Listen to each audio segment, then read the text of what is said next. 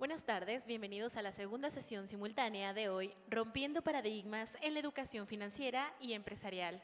Le recordamos a los asistentes que dentro de sus carpetas encontrarán tarjetas en las que pueden anotar preguntas para nuestros panelistas. De ser este el caso, les solicitamos lo hagan llegar a nuestros colaboradores que se encuentran de pie en los costados del salón. Nos acompaña como moderador de nuestra sesión Leonardo Jorge Torres Góngora, director general de Educación Financiera de la Comisión Nacional para la Protección y Defensa de los Usuarios de Servicios Financieros. Él es licenciado en Economía y maestro en Administración y Políticas Públicas. Ha sido consultor en materia de finanzas públicas, administración pública y relaciones institucionales. Se ha desempeñado como asesor financiero y ha participado como conferencista en temas financieros y administrativos en diversos foros académicos, políticos y sociales. Cedo la palabra al maestro Leonardo Jorge Torres Góngora. Muchas gracias. Primero que nada, muchas gracias por tan amable presentación y muchísimas gracias al equipo de Pronafim por haber organizado este estupendo evento, además por haberme hecho favor de invitarme a esta mesa tan interesante y con tantos desafíos. Si hay un tema relevante en el desarrollo de los micronegocios y de las microfinanzas, es precisamente el de la educación financiera. Y cuando hablamos de educación financiera, por lo menos desde la perspectiva del Gobierno de México, hablamos mucho más de un tema social que de un tema económico o propiamente financiero. Es decir, en la medida en que la educación financiera nos dice cuáles son nuestros derechos como usuarios, cómo utilizar de manera responsable los distintos productos y servicios que nos ofrece el sistema financiero para que ello sea siempre en nuestro bienestar y no para buscarnos después mayores problemas que nos cueste trabajo resolver. Bueno, pues precisamente ese es uno de los objetivos de la educación financiera. En México contamos ya con una estrategia nacional de educación financiera que es muy relevante decir, se desprende de la política de inclusión financiera, es decir, el Gobierno de México ve a la inclusión financiera sí como una herramienta de desarrollo social, de crecimiento económico, pero siempre y cuando se desarrolle de manera responsable. ¿Y cuál es la forma de lograr una inclusión financiera responsable? Pues precisamente con la educación financiera. Y por eso me da muchísimo gusto tener la oportunidad de moderar además con ponentes de primerísimo nivel y expertos en el tema, a quienes ahora mismo voy a presentar. Como ustedes saben, bueno, hoy el tema de la plática es precisamente rompiendo paradigmas en la educación financiera y empresarial, y a mí me gustaría mucho que de inicio podamos platicar precisamente de cuál es hoy el paradigma en México y en América Latina principalmente de educación financiera, cómo se entiende a la educación financiera, cómo se conceptualiza y cuáles son las herramientas con las que se realizan las diversas acciones de educación financiera y en qué consiste precisamente este rompimiento de paradigma y cómo están realizándose nuevas acciones, nuevas estrategias en este ámbito. Y para eso me da muchísimo gusto presentar en primer lugar a Juan Navarrete Luna. Él es director de negocios y desarrollo de alianzas de la Fundación Capital.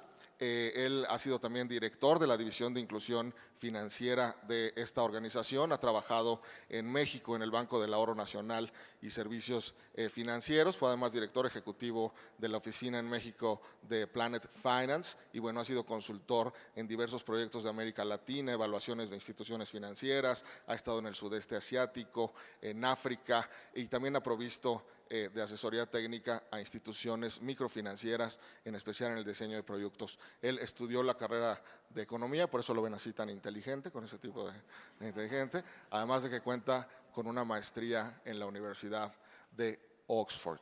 En un momento más platicaremos también con Matilde Olazábal. Ella, si me permiten, les voy contando un poquito acerca de ella. Ella es maestra en Educación y Nuevas Tecnologías por la Universidad de Anáhuac.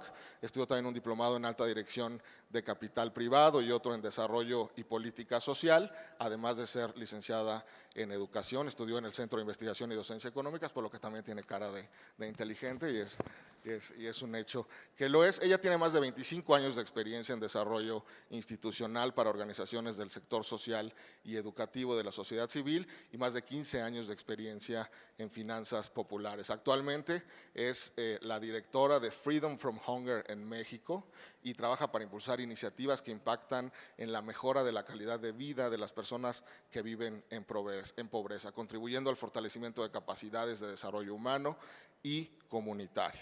Es miembro además de diferentes consejos de administración y patronatos de organizaciones de la sociedad civil. Ella va a hablar en segundo término y al final vamos a contar con una pequeña videoconferencia, digamos, de nuestro tercer ponente, que es Juan Vega González. Él es gerente de proyectos para América Latina de EduFinance, Opportunity International.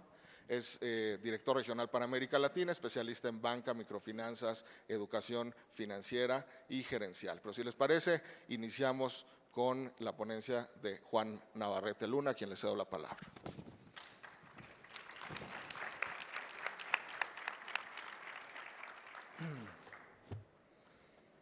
Bueno, pues muchísimas gracias. Yo voy a hablar de un proyecto que tienen en sus manos en un folleto que se distribuyó previamente a que iniciara el panel, que se llama Superempresarias, y les voy a dar una probadita de lo que ha sido ese proyecto. Es un proyecto que tiene mucho potencial. Hemos ya diseñado una solución de educación de capacidades que mezcla la tecnología digital con lo presencial y a partir de esta solución que creamos, hicimos una pequeña implementación a nivel, pues más bien piloto. Entonces voy a hablar de los resultados que hallamos a partir de la evaluación que realizamos de este piloto. Y espero con eso, pues dar elementos para hablar sobre, pues el título de este panel, ¿no? Que es de romper paradigmas. Entonces, pues a ver si realmente los estamos rompiendo o no. Estoy seguro que aprenderemos mucho de lo que ustedes tengan que preguntarnos conforme avancemos en esta discusión. Bueno,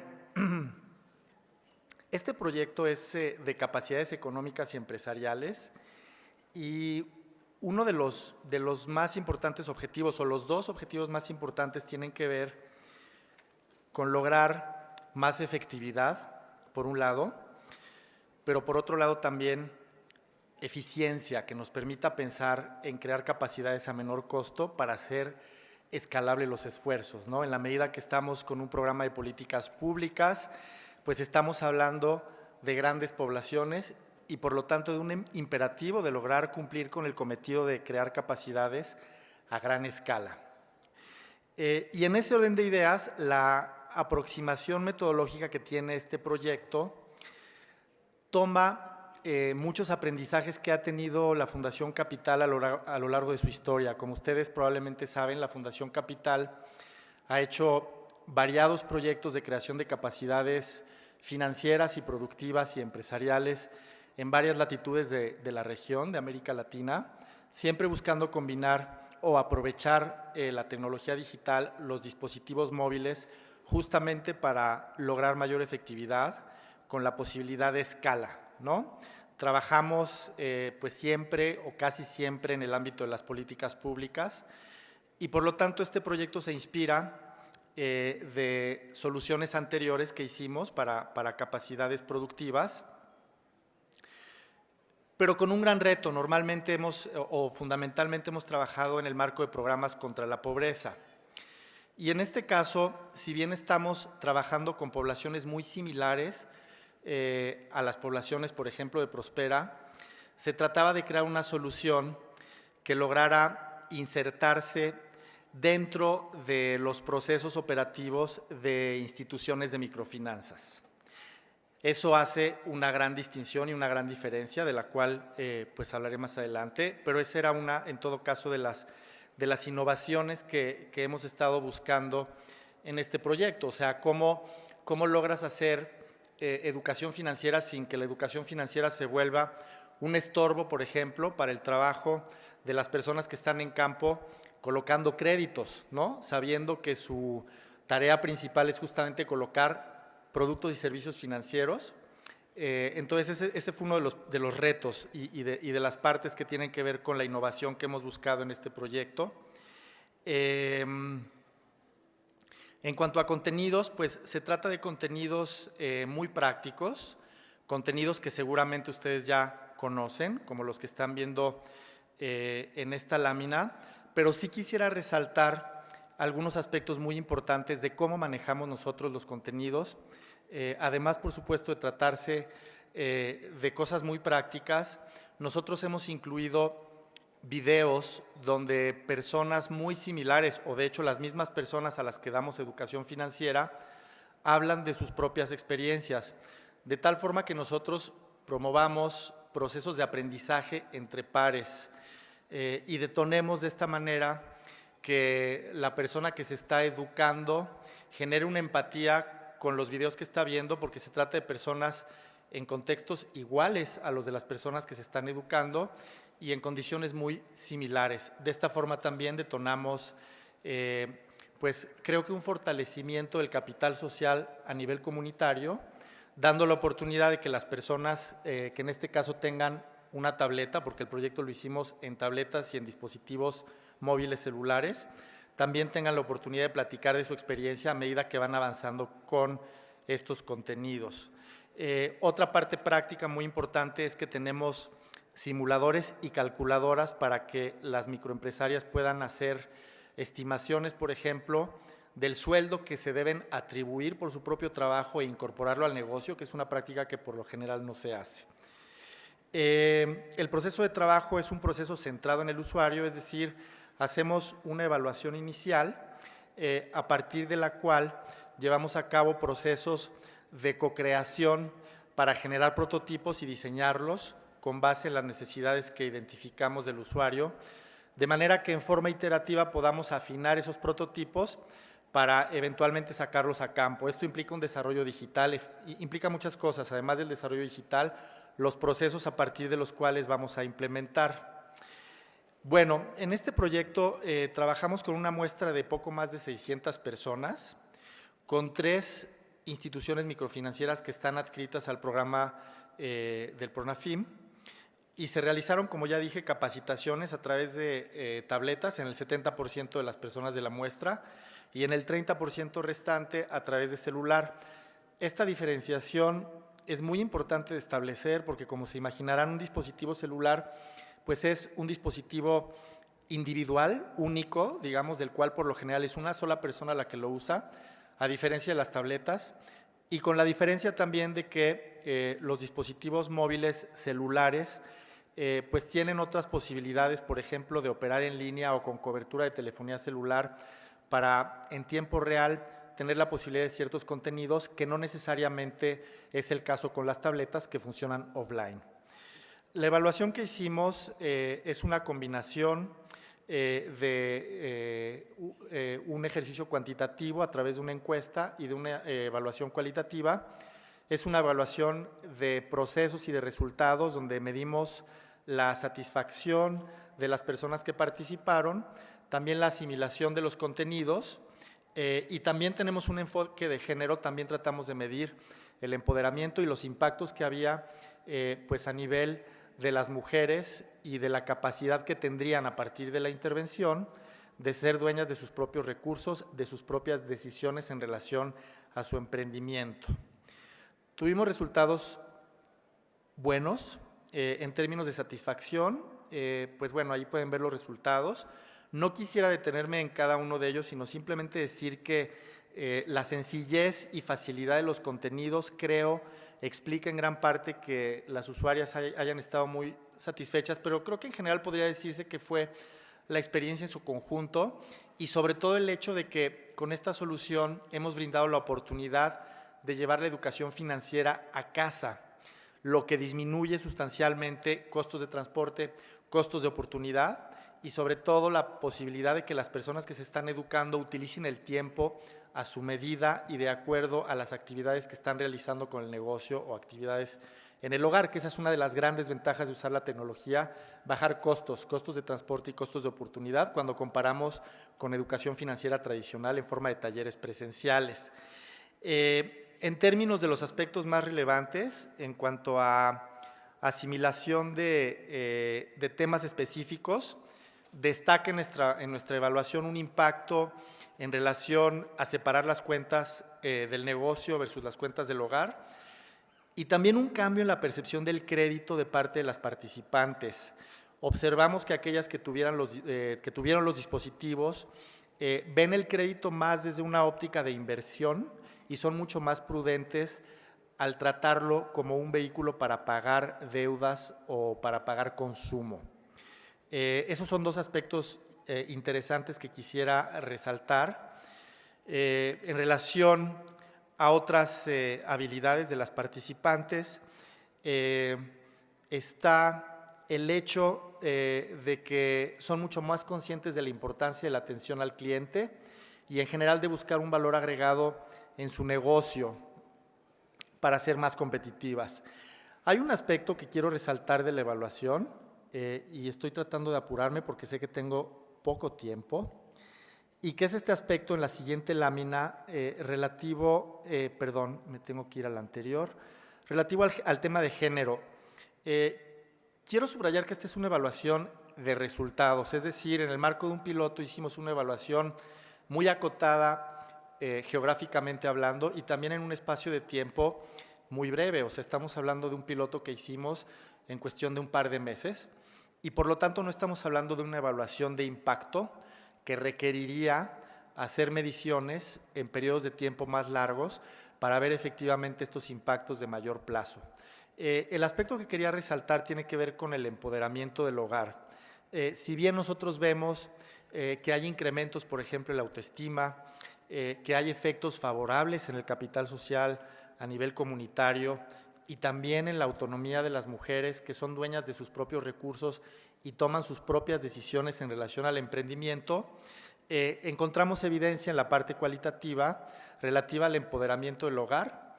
A veces empoderar mujeres en el corto plazo puede generar ciertas fricciones con sus parejas, con los hombres, con la presencia masculina en el hogar. Esto es algo que hemos visto también en otros proyectos. No necesariamente quiere decir que sea un impacto de largo plazo, pero lo que nos dice y en lo que nos alimenta es en hacernos más conscientes de la importancia que tiene incluir a los hombres en los proyectos de creación de capacidades que empoderan a mujeres. En última instancia, las mujeres son parte de una constelación familiar donde hay hombres, ya sean hijos o ya sean parejas, y por lo tanto son parte también de este imperativo de crear capacidades, más incluso a nivel familiar que a nivel únicamente individual, por lo cual las tabletas resultan también un vehículo muy interesante que permiten alrededor de una tableta aglutinar a toda la constelación familiar. Paso muy rápidamente a las conclusiones y a los retos y aprendizajes, en virtud de que aquí estamos hablando de un piloto. Estamos esperando obviamente que haya oportunidades futuras para poder hacer un esfuerzo de escalamiento de esto que hemos hecho a pequeña escala. Y uno de los grandes retos es la comunicación. Estamos hablando de un programa de gobierno, el PRONAFIM, que da cierto tipo de mensajes no solo a las instituciones financieras, pero también a las clientas de las instituciones financieras. Y en ese sentido es bien importante que estén alineados los mensajes que se hacen en el esfuerzo de crear capacidades por parte de las instituciones microfinancieras y por parte del programa. Esto es algo fundamental porque crear capacidades parte de la premisa de que hay confianza. Y la confianza existe cuando hay claridad, cuando no hay confusión sobre las características del programa, de los productos y servicios financieros de las instituciones, etc. Otro aspecto importante que quisiera resaltar es que decía al inicio en términos de que el trabajo de las instituciones financieras se centra por lo general en ofrecer los productos y servicios financieros y como yo decía, los asesores de crédito colocan productos y no necesariamente tienen por qué estar dando educación financiera en campo. Sin embargo, en el marco de este proyecto, un hallazgo muy interesante fue que dar la educación financiera se convirtió en un elemento diferenciador de cada institución y que ayudó a los asesores de crédito a acercar y a generar la empatía con las mujeres y los grupos de mujeres con los que trabajan, justamente a partir del pretexto de la creación de capacidades y por lo tanto dar un mejor servicio. Entonces, por ahí es uno de los grandes aprendizajes que nosotros tomamos de este proyecto y que nos permite trasladar creación de capacidades en ámbitos de programas de transferencias monetarias condicionadas como Prospera a un ecosistema de microfinancieras. Sé que ya me pasé del tiempo, entonces, pues creo que casi que ya con esto termino esto último, que es importante, y es que la educación financiera tiene que ser continua. Una intervención de esta naturaleza es muy puntual en el tiempo y no podemos esperar que las vidas de las personas cambien por el simple hecho de haber tenido una tableta un par de días en su casa o haber bajado un aplicativo al teléfono celular. Estamos bien conscientes de ello y, por lo tanto, un aspecto fundamental para tener este impacto es dar continuidad, obviamente de una manera muy sencilla y costoefectiva. Puede ser la mensajería a teléfonos celulares, es algo que la Fundación Capital hace mucho y que esperamos poder seguir haciéndolo en el marco de estos esfuerzos pilotos que ojalá y el día de mañana sean a gran escala. Cierro hablando de las 7 Cs de la educación financiera efectiva, que tiene que ser corta, clara, contundente, creadora de confianza, muy consciente del canal a través del cual la vamos a dar, cómica, es decir, divertida, y finalmente continua a partir de los reforzamientos. Muchas gracias.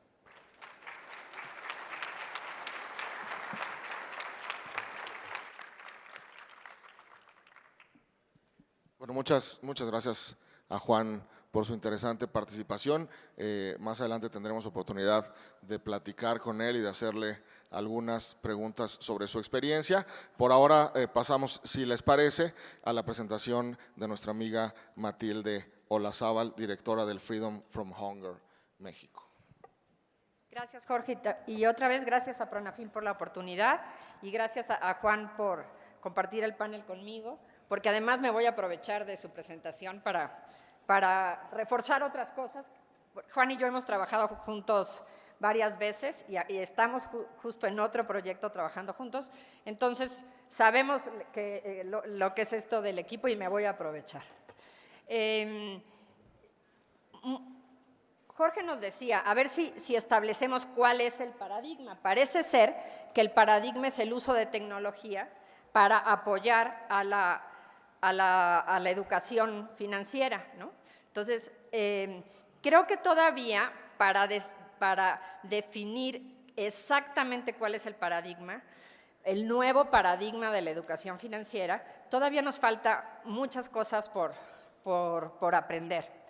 Y creo que todos estos proyectos y pilotos, y el nuestro era una prueba de concepto, nos van a seguir ayudando a delimitar exactamente este paradigma, ¿no? Bueno, yo voy a presentar dos proyectos. El primero es uno que estamos trabajando en un consorcio, nos llamamos el Consorcio Alcanza Tus Metas, y nos reunimos a raíz de un experimento, digamos, el del tratar de impulsar innovación en la inclusión financiera, ¿no? Entonces, nos reunimos diferentes organizaciones para a ver si juntas podíamos hacer un paso más, vamos a decirlo, ¿no? Entonces, espérenme. Sí. Trabajamos con diferentes organizaciones, pero las tres que nos juntamos a hacer el desarrollo de producto como tal fue Fundación Capital, PCI Media Impact. Ellos trabajan, por ejemplo, con Plaza Sésamo para hacer edutainment también y hacen diferentes programas, videos, audiovisuales, audios, etcétera.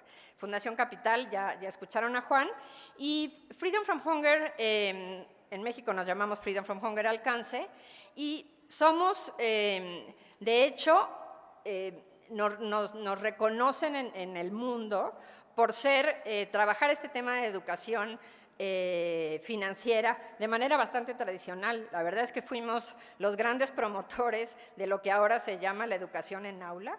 pero en realidad nunca fue aula, pero bueno, sí de la educación en grupo para que los grupos de pares se reforzaran y reforzaran a través de la experiencia, ¿no?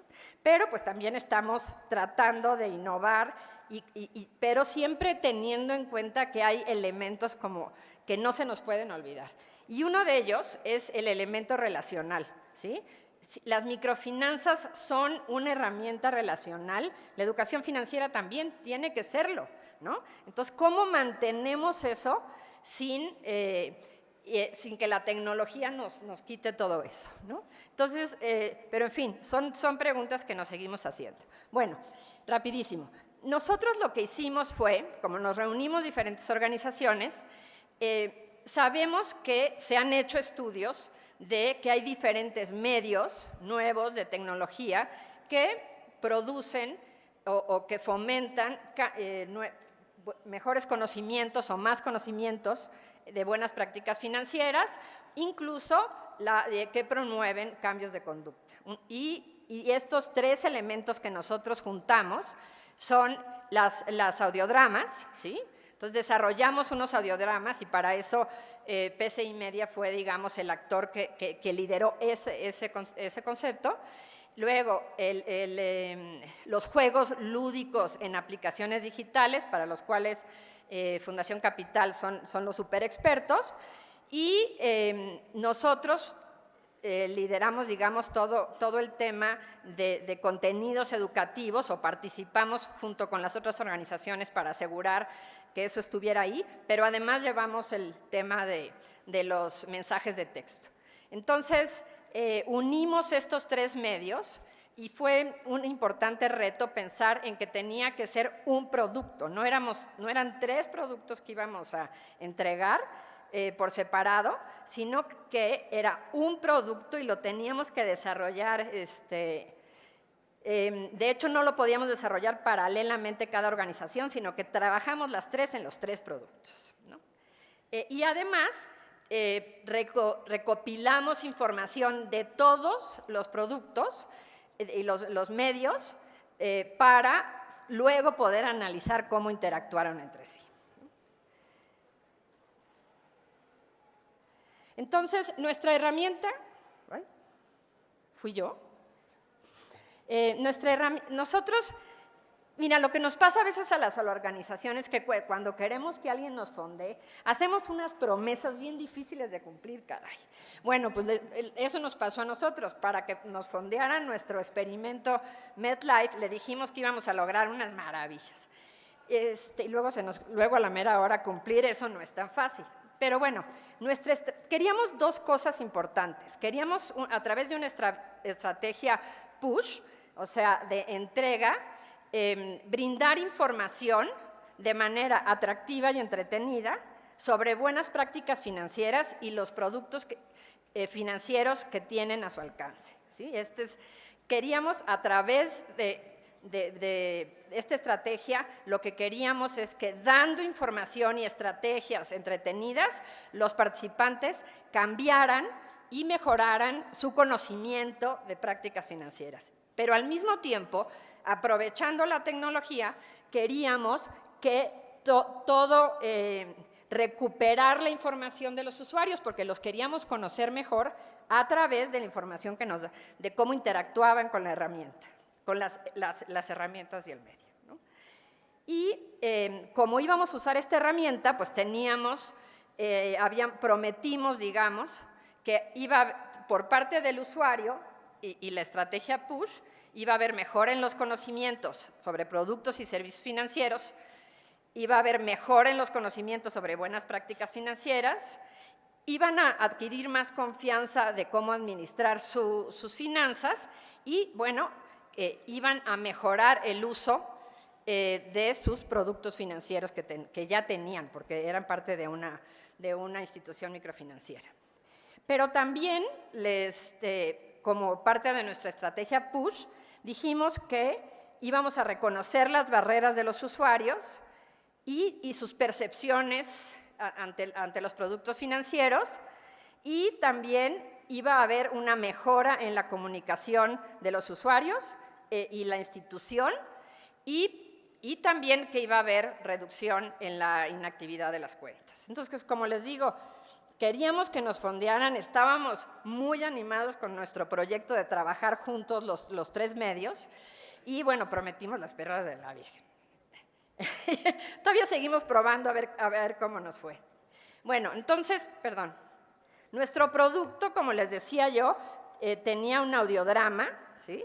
De hecho, la introducción al drama es en un video y tomamos, digamos, imágenes de la zona y las volvimos animación para exactamente lo que Juan decía sobre el rapport de con otros semejantes a tu realidad, nada más que le hicimos como animación para que fuera más divertida. Luego hicimos todo 8 módulos lúdicos para que, ya que te presentaban el problema, digamos, algún problema financiero, pues pudiéramos relacionarnos de diferentes maneras con los personajes para ayudarlos a tener mejores prácticas financieras. Y por otro lado, tenía también incluidas calculadores y simuladores que les ayudaban a ellos a ya aplicarlo a su vida, ¿no? Y una vez que se recogía, como les digo, todo esto lo estábamos captando, y una vez que se recogía la tableta, empezaban a recibir mensajes de refuerzo, ¿no? Entonces, esto ya lo voy a pasar, ya no me va a dar tiempo, pero son nuestros tres medios. Y como queríamos saber exactamente cómo funcionaba y cómo actuaban e interactuaban entre sí los diferentes medios, hicimos, a la hora de hacer nuestra prueba de concepto, lo hicimos en 6 regiones, y en cada región había 7 grupos de tratamiento y 7 grupos control, ¿no? Para identificar qué de lo que habíamos hecho sí servía y qué no servía, ¿no? Entonces fue un experimento bastante complicado para poder identificar todo esto, ¿no? La verdad es que confieso que estamos en la mitad de la evaluación y todavía nos falta hacer muchísimos análisis, pero tenemos cosas interesantes. Por ejemplo, en general, aproximadamente el 65% de los usuarios mejoró su conocimiento sobre buenas prácticas financieras y su conocimiento sobre productos financieros a su alcance. No importaba cuál era su medio. Sí, o sea, si tenían a los 3 juntos, si tenían la combinación de 2, si tenían… En general, aproximadamente todos los grupos tuvieron eso, pero los grupos que tuvieron los 3 juntos mejoró el 75%. Entonces, sí hay un acompañamiento importante y una mejora.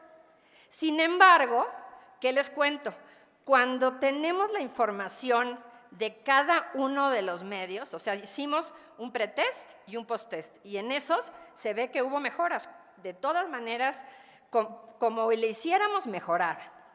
Pero resulta que, por ejemplo, los que nada más tuvieran novelas, luego también preguntábamos después del audiodrama si habían entendido, y ahí les salió bien mal.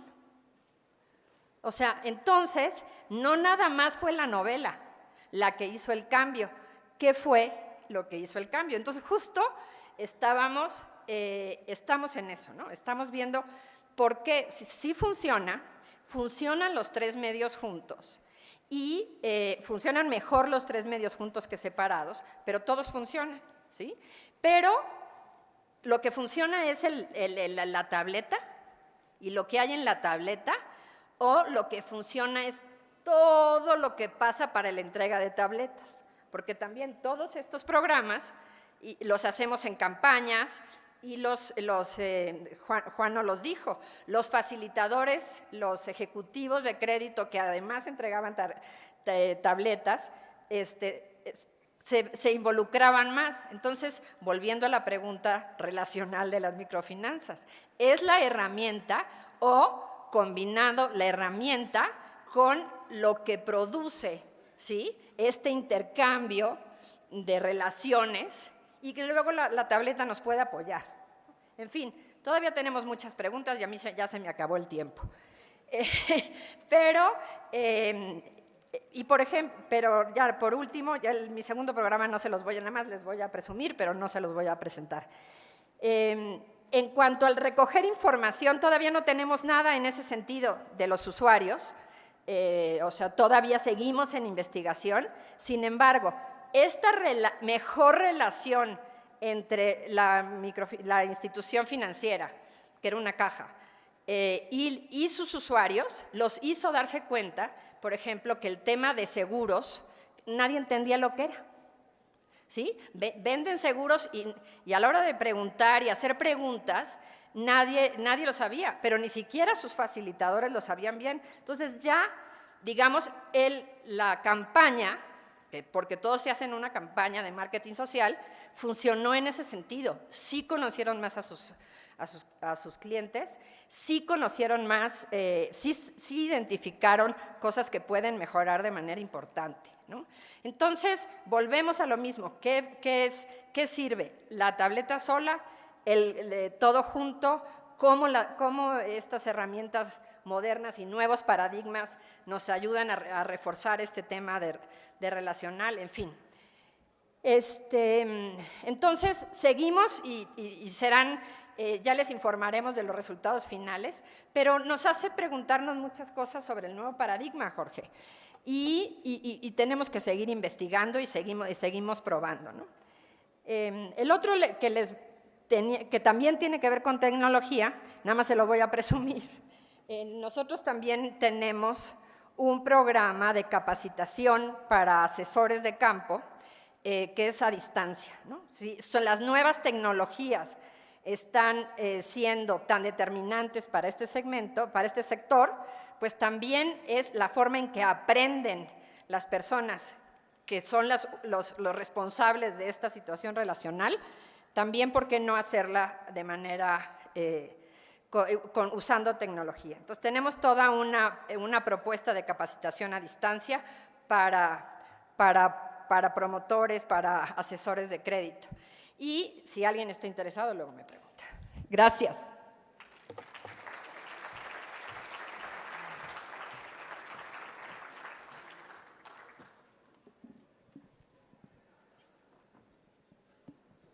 Pues muchas gracias a Matilde por su exposición, por compartirnos estas experiencias tan interesantes y de las que tanto podemos aprender para el sector de las microfinanzas. Y si les parece, antes de iniciar una pequeña sesión de preguntas y respuestas y un intercambio con los ponentes, vamos a escuchar y a ver el video que nos envía Juan Vega, gerente de proyecto para América Latina de EduFinance Opportunity International.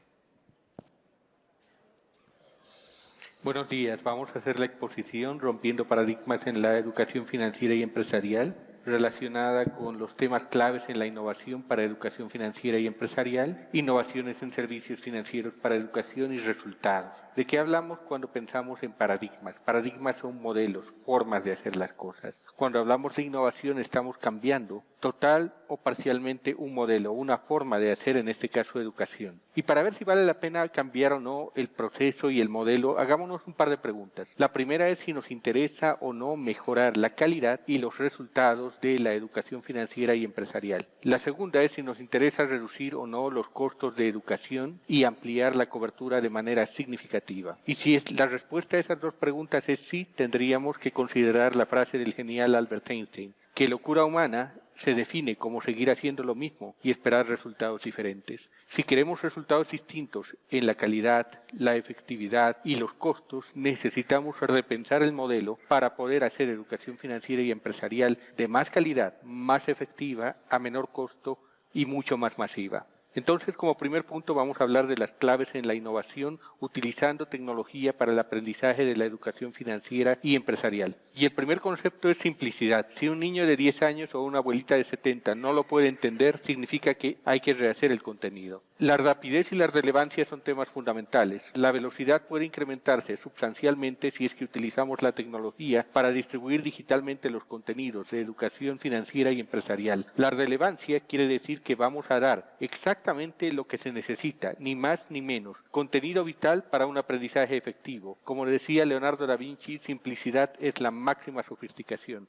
También hablamos de la necesidad de trabajar con estándares. Estándares implica garantizar la estandarización en la calidad de la enseñanza y del aprendizaje. La calidad educativa, un estándar adaptado a cada país, a cada región, a cada zona. Finalmente he acuñado este concepto de aprendizaje activo. Lo que pretendemos es lograr un aprendizaje que genere cambios de percepción, actitud y comportamiento. Esto implica partir con preguntas claves que realmente despierten el interés de las personas que están aprendiendo, poner escenarios de decisión para que puedan aprender por consecuencia de sus propias decisiones, sus aciertos y sus errores, utilizar problemas reales de la vida en el día a día para hacer el aprendizaje más memorable, utilizar historias que reflejen precisamente decisiones y conflictos que se manejan en la negociación financiera y empresarial diariamente. El concepto de edutainment tiene que ver con aplicar educación y entretenimiento para el aprendizaje. Trabajar la automotivación y la autoevaluación de los aprendices y hacer un seguimiento motivacional después de lo aprendido. Lo importante no es enseñar, lo importante es que las personas aprendan y lo importante no es lo que doy durante el contenido de un taller de educación financiera o empresarial utilizando tecnología, sino lo que pasa al día siguiente del taller. ¿De qué se va a acordar la gente una semana después? Hace varios años iniciamos utilizando audios con videos y reflexiones, programas radiales, después pasamos a programas televisivos, utilizando entrevistas con empresarios exitosos. Actualmente estamos utilizando una combinación de historias y learnings que tienen toma de decisiones, videos, ejercicios interactivos, uso de formatos simples y hemos empezado a utilizar con buen éxito lo que son los robots, los principios de inteligencia artificial, vale decir, interacción automatizada con los estudiantes en función a ciertos parámetros que uno predefine y que van aprendiendo a consecuencia de la interacción. Modelos interactivos utilizando chatbots con las redes sociales, reconocimiento de voz, seguimiento automatizado, utilizando robots y o call centers para una combinación humana-robot. Acá tenemos algunos ejemplos de lo que hemos venido trabajando. Siempre manejamos historias. En las historias hay vidas reales que reflejan decisiones financieras o empresariales. A la izquierda tenemos los dibujos que se trabajaron para Túnez. Son series animadas de 3 minutos. El video y el e-learning toma 10 minutos en total. ENDA es la primera institución microfinanciera en Túnez. A consecuencia de utilizar el material y divulgarlo en las redes sociales, logró mejorar sustancialmente los niveles de ahorro de sus empleados y clientes, pero además incrementó radicalmente los niveles de clientes, el crecimiento en clientes respecto a años anteriores. En el caso de LID es la segunda microfinanciera en Egipto, según los reportes del Mic Market. Hemos utilizado una combinación de los videos interactivos y los e-learnings, con lo cual se está procediendo a mejorar los niveles de ahorro y aumentando la clientela. En el caso de Laos, en combinación con Allianz, una empresa de seguros suiza, estamos utilizando, además de los videos interactivos y las preguntas de reflexión, los chatbots para el seguimiento automatizado, el call center para motivar a los clientes a que vengan a la institución financiera y tomen un producto. Como consecuencia de esto, se ha duplicado el número de personas que toman el seguro voluntario. Una plataforma e-learning debería tener estos 10 puntos. Diferentes niveles educativos, un plan de estudios, videos interactivos, ejercicios también interactivos con toma de decisiones y escenarios, documentación relevante como formatos para toma de decisiones, infografía, un proceso de autoevaluación de la persona, la combinación de educación y entretenimiento, lo que se llama edutainment, retroalimentación oportuna y además un esquema de trabajar el seguimiento motivacional y el aprendizaje de lo que va funcionando y no con los clientes para estar innovando permanentemente el modelo educativo. En el caso de lo que estamos utilizando en todo el norte de África para desarrollar educación financiera y empresarial, tenemos acá el ejemplo de una combinación de e-learning, videos, documentos para los diferentes temas de educación financiera y empresarial que se muestran a la izquierda. Edutainment es hacer del aprendizaje algo divertido y memorable. Esto lo podemos hacer utilizando juegos online, por ejemplo. Conceptos detrás de la gamificación del aprendizaje tienen que ver con la simplicidad, el permitir que la persona explore diferentes opciones, que tenga ciertos errores, que sea fácil de jugar, que encante a la gente utilizarlo, que permita tener un cierto nivel de competencia y desafío y invitarlo a hacer un viaje. Tiene que tener un contenido aspiracional que incluya premios, la posibilidad de poder jugar continuamente y un rating o tablero de posiciones de cómo vamos respecto a otros competidores. Al final llegamos a una meta importantísima, lo que nos permite hacer del aprendizaje algo realmente divertido. Acá tenemos un ejemplo de los e-learning, de los juegos que estamos desarrollando de educación financiera en otras zonas del mundo, donde está traducido al inglés, hay decisiones que se toman en el color rojo, las tarjetas de gastos, según lo que uno gasta va determinando mayores o menores niveles de ahorro, en este caso comprar ropa nueva o usada, y también pequeñas inversiones, en el caso de familias rurales, por ejemplo, poder invertir en pollos para hacerlos crecer y vender los huevos posteriormente. Es muy importante considerar elementos que hacen a una educación efectiva. Precisa ser relevante, vale decir abordar problemas de la vida real, memorable, basada en historias con contenido fácil de recordar y transformadora. Significa que puede y debe motivar cambios de percepción, actitud y comportamiento. Adicionalmente, es necesario considerar la gradualidad y el ciclo de vida, como en el caso de la educación financiera y empresarial, que se introdujo en la currícula educativa de Pakistán, coordinando con el Banco Central de dicho país. Se trabajó programas para niños de 6 a 12 años, adolescentes de 13 a 18 y jóvenes de 19 a 24 utilizando e-learnings, videos interactivos, y uno de los temas más importantes fue que los profesores aprendieron una nueva metodología de enseñar bajo la pedagogía de la pregunta. El otro tema es cómo podemos utilizar la innovación para desarrollar servicios financieros para educación. Con Opportunity tenemos una línea de trabajo denominada EduFinance. Opportunity es una ONG internacional con presencia a nivel mundial que está operando en 17 países y ha ayudado hasta ahora a mejorar la calidad educativa de 2.7 millones de niños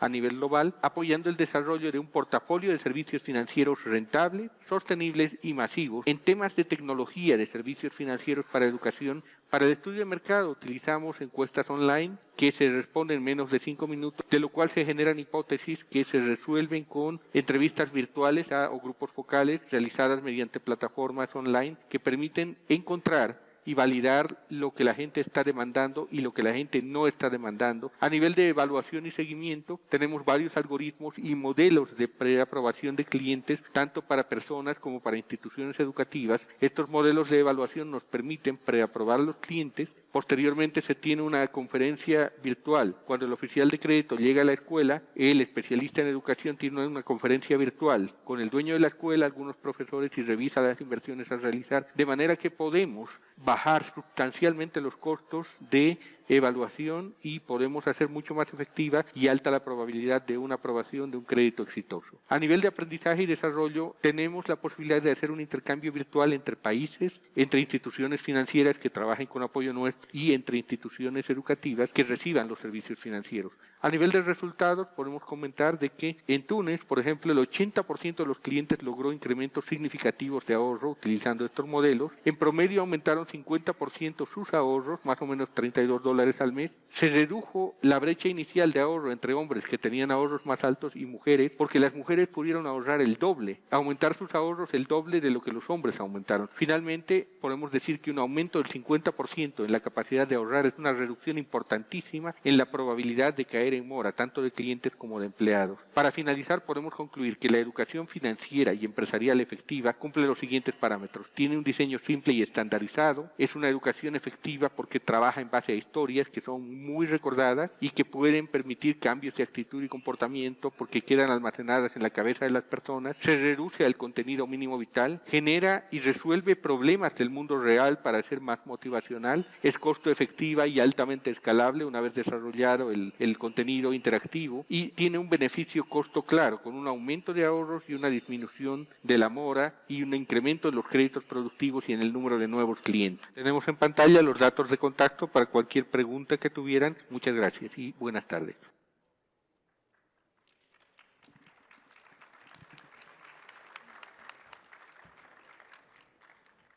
Pues muy bien aprovechado el tiempo por nuestro amigo Juan. Desafortunadamente no vamos a tener la oportunidad de platicar con él. Seguramente, bueno, pues anotamos su contacto y estaremos tratando de establecer alguna comunicación con él. Pero este tema es de vital importancia. Es decir, todos estamos de acuerdo en la utilidad de la educación financiera. Desafortunadamente hay todavía muchos académicos, muchas instituciones que dicen que la educación financiera pues, no sirve para nada, ¿no? y que lo han investigado y lo han probado y tienen muestras empíricas de que la educación financiera no cambia comportamientos, no cambia hábitos, no beneficia a las personas y entonces pues, no sirve para nada en opinión de ellos. Me parece que todos los que estamos aquí estamos en contra de esa afirmación. Estamos seguros que la educación financiera no solamente es útil, sino que cambia vidas.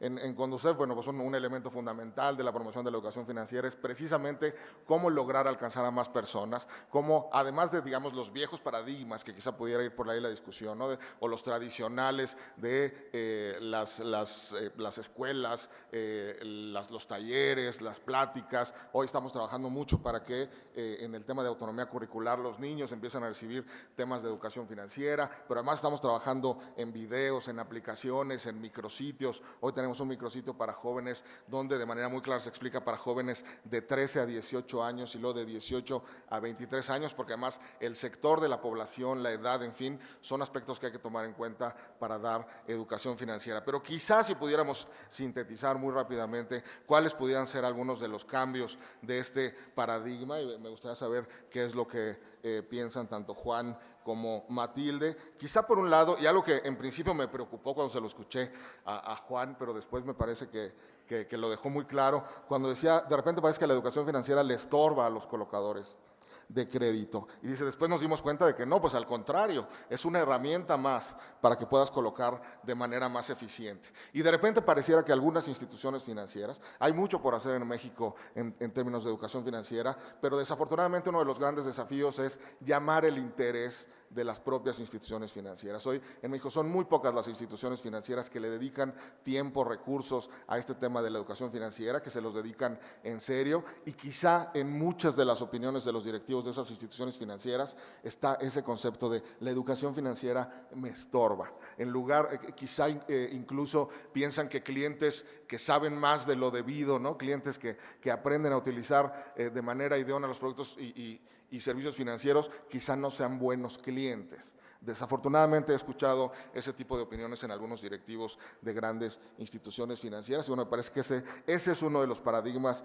que hay que romper. El decir, bueno, la educación financiera es sana para las personas, tiene un objetivo social, pero también es sana para el propio sistema financiero, para su sano crecimiento y desarrollo, y al final te sirve para cerrar el círculo y dar un buen servicio a tus clientes, incluso tener más clientes. Otro paradigma, quizá había hablado mucho de los contenidos que debe incluir la educación financiera, pero más allá de aprender conceptos, más allá de dar incluso consejos, lo que buscamos, como bien decían Matilde y Juan, es cambiar comportamientos, cambiar hábitos. Y en este sentido me parece que una palabra clave que debe permear todos los elementos y las acciones de educación financiera que se realicen es la concientización. Es decir, como bien lo decían nuestros ponentes, en especial el último, bueno, el chiste no es que salgas de esta plática pensando que ya sabes de educación financiera y que ya conociste su importancia, sino que dentro de una semana, dentro de un mes, dentro de un año,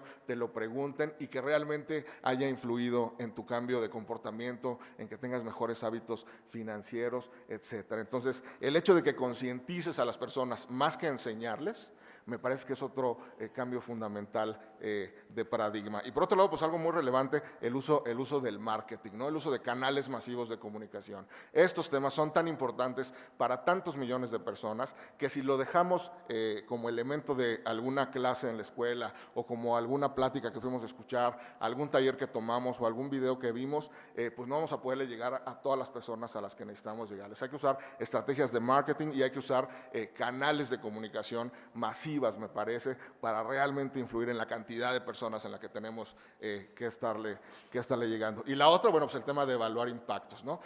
Muchos, desafortunadamente, de los que trabajan en educación financiera, no les alcanza el tiempo ni los recursos para dedicar mucho más atención al tema de la evaluación de impactos. Hay pocas evaluaciones de impactos. Desafortunadamente, como decía, hay incluso evaluaciones de impactos que nos dan pues un contrasentido y que indican que la educación financiera no sirve de mucho. Entonces, el evaluar impactos con el objetivo objetivo de realmente demostrar hasta dónde puede beneficiar la educación financiera a una persona, a una población, a una empresa y en especial en este tema de microfinanzas, también me parece que es un elemento fundamental de este cambio de paradigma. Me gustaría saber cuál es su opinión, además de algunas preguntas que rápidamente leeré del auditorio.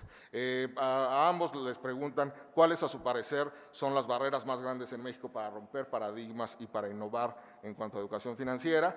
Por otro lado, según la evidencia, ¿qué es más relevante para la capacitación? ¿La persona que la imparte o el perfil de quien la recibe? ¿Cuáles son los elementos de éxito que pueden notar en las macroacreditadas tras el cambio en servicios? Y esta pregunta que es en especial para nuestro amigo Juan. Te preguntan, ¿nos puedes decir cuál es la mecánica de capacitación de clientas reconociendo o aprovechando los espacios de operación regulares de las IMF, en especial bancos comunales y grupos solidarios? Les agradecemos mucho su respuesta.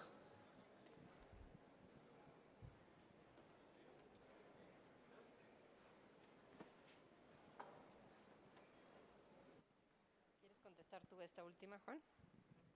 ¿Cómo no? Sobre la mecánica de capacitación y justo, digamos, aprovechando los protocolos de operación de instituciones financieras que trabajan con grupos de bancos comunales, este tipo de productos y este tipo de instituciones tienen un activo invaluable y que es justamente la creación de capital social al reunirse con grupos. Cuando se reúne un asesor de crédito con los grupos semanalmente para hacer pagos, en realidad la actividad es esa, justamente hacer los pagos, valorar el desempeño del grupo y seguir la metodología que busca utilizar incentivos virtuosos para que haya un buen comportamiento financiero de parte de los miembros de los grupos. Y en ese sentido, y a eso iba mi observación durante mi intervención, es bien importante que si queremos hacer un esfuerzo de educación financiera, y creo que la educación financiera, subrayo, le concierne a todos, y sobre todo en el caso de las microfinancieras, tener gente capaz y gente informada es tener un mejor cliente y por lo tanto un mejor negocio. Pero bueno, tenemos que ser muy cuidadosos si queremos insertar un esfuerzo de educación financiera dentro de los términos de referencia de un trabajador cuyo objetivo principal es promover productos y servicios financieros en campo y no necesariamente utilizar el tiempo para dar educación financiera. Y es ahí donde en este proyecto que yo describí es importante ver dónde están los incentivos y descubrimos que justamente el incentivo era que dar la educación era un diferenciador de la institución financiera en la integralidad de lo que estaba ofreciendo, un diferenciador y algo que podía permitir un acercamiento con las clientas, entre el asesor de crédito y las clientas. Pero ahí lo que se tiene que decir es que es bien importante asegurarse que el tiempo que esté invirtiendo ese asesor de crédito no sea fundamental y que represente realmente un porcentaje muy bajo de las actividades que él tiene que realizar como promotor de crédito, porque es un promotor de crédito, no es un capacitador.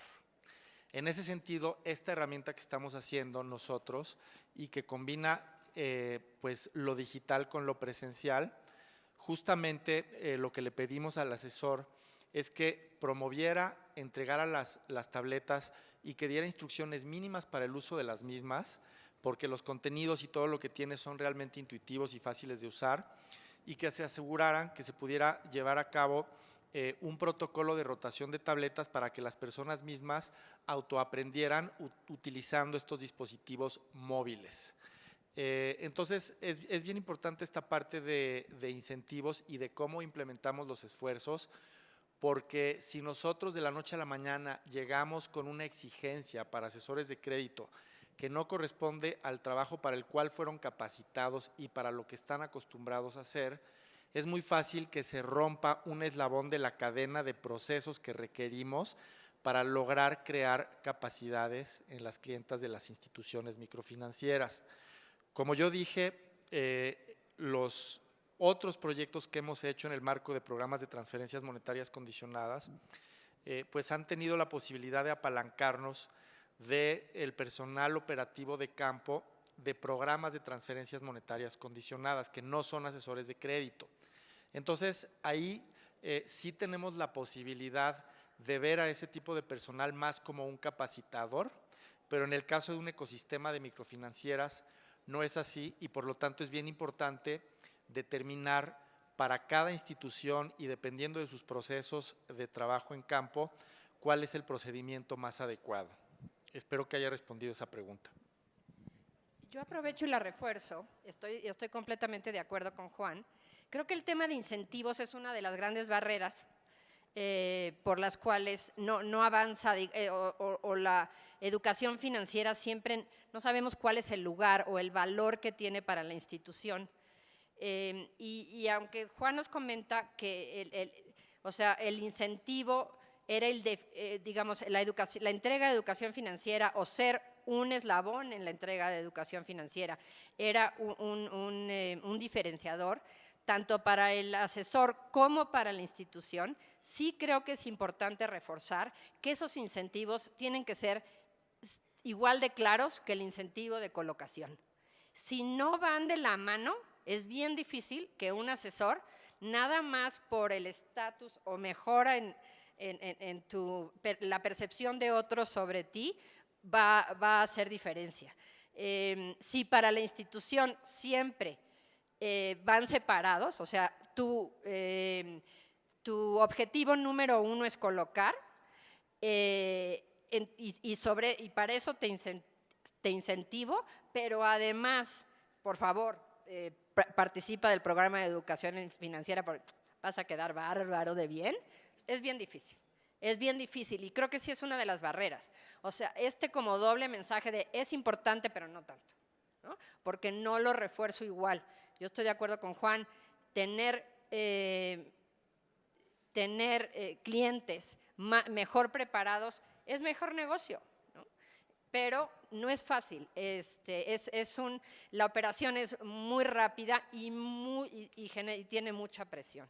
Entonces, yo creo que es una de las grandes barreras de las instituciones. Y aprovecho y contesto la pregunta sobre qué es más importante, la preparación de quien entrega o el perfil del quien recibe la educación financiera. Yo creo que tienen que ir de la mano. Tienen que ir de la mano porque quien entrega o es una herramienta en el eslabón de entrega de educación financiera, definitivamente tiene que estar preparado.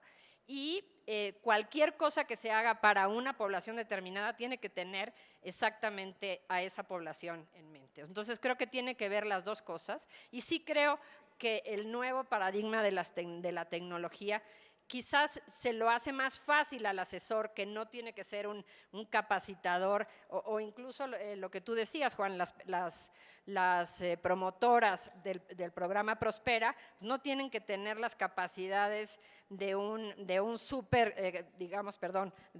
capacitador de educación financiera, de un super formador de educación financiera, porque la herramienta lo apoya, ¿no? Es su apoyo y trabajan juntos. Entonces creo que esa es una de las dos cosas son importantes, no puedes decir una o la otra.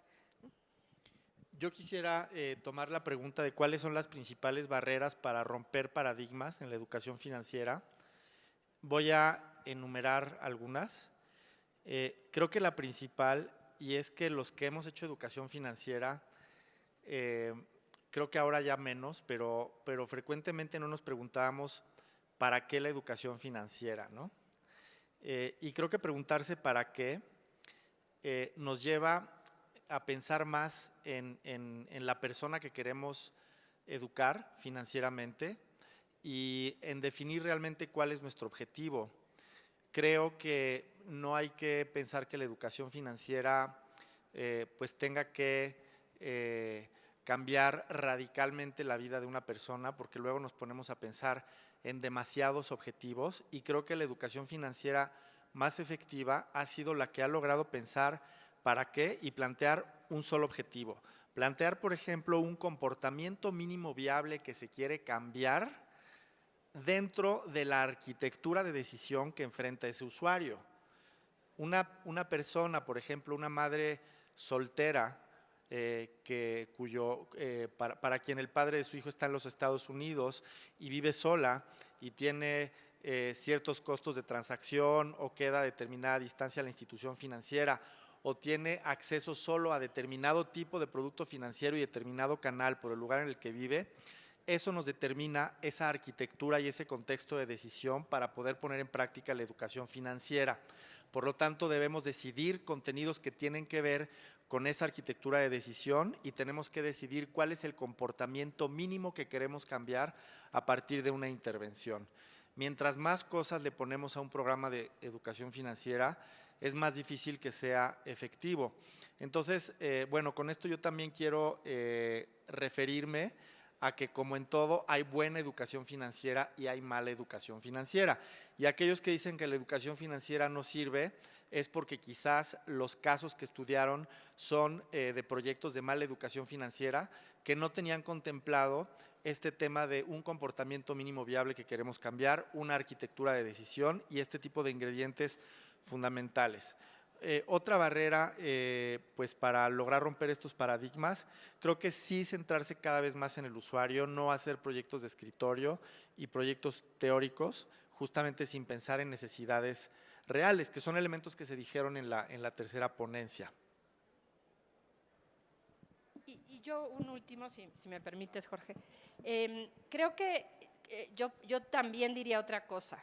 El pensar que educación financiera es social y no financiero. ¿Sí? Entonces, lo que inviertes en educación financiera es no financiero y tus benchmarks y lo que tienes que alcanzar es financiero. Hoy en la mañana, en el panel, nos dijeron, están entrando otros actores no sociales al sector y una de las principales cosas no las principales, pero lo dijo la ponente, es los servicios no financieros, lo ideal es que lo dé alguien más. Entonces, creo que eso es una gran barrera, entender que educación financiera no es financiero y es social, y entonces no hay que considerar. Bueno, pues prácticamente no dormí preparando mi discurso final de conclusiones, pero bueno, me dicen que no va a ser posible darlo. Ahí si me dan su correo se los mando porque no quisiera desperdiciarlo. No, la verdad es que los ponentes han sido muy claros, son además personas que han trabajado muchísimo tiempo en el tema, tienen toda la experiencia en campo, además para hablarnos sobre estos temas. Entonces, las conclusiones me parece salen sobrando. Seguramente, bueno, yo por lo menos le voy a pedir a los organizadores que me faciliten también las presentaciones que dieron, muy interesantes. Seguiremos en contacto discutiendo y muchas gracias por haber asistido a este panel. Gracias. Agradecemos la participación de nuestros panelistas y les hacemos entrega de un reconocimiento y obsequio por parte del PRONAFIM. Con esto llegamos al final de la sesión, rompiendo paradigmas en la educación financiera y empresarial. Muchas gracias. Estimados asistentes, a continuación tendremos un coffee break de 15 minutos. Les recordamos que en punto de las 16:45 horas dará inicio la plenaria magistral Evolución y Desafíos en las Microfinanzas, impartida por Timothy Ogden, director general de Financial Access Initiative at New York University. Para esta conferencia contaremos con traducción simultánea, por lo que sugerimos llegar con anticipación al salón para que quienes requieran equipo de audio puedan recogerlo en las mesas que están ubicadas en la entrada de este salón con una identificación oficial. Mientras tanto, los invitamos a visitar la Expo Microfinanzas 2018, donde podrán conocer la oferta de productos y servicios para el sector microfinanciero, así como el trabajo que realizan algunos de nuestros microempresarios. Gracias.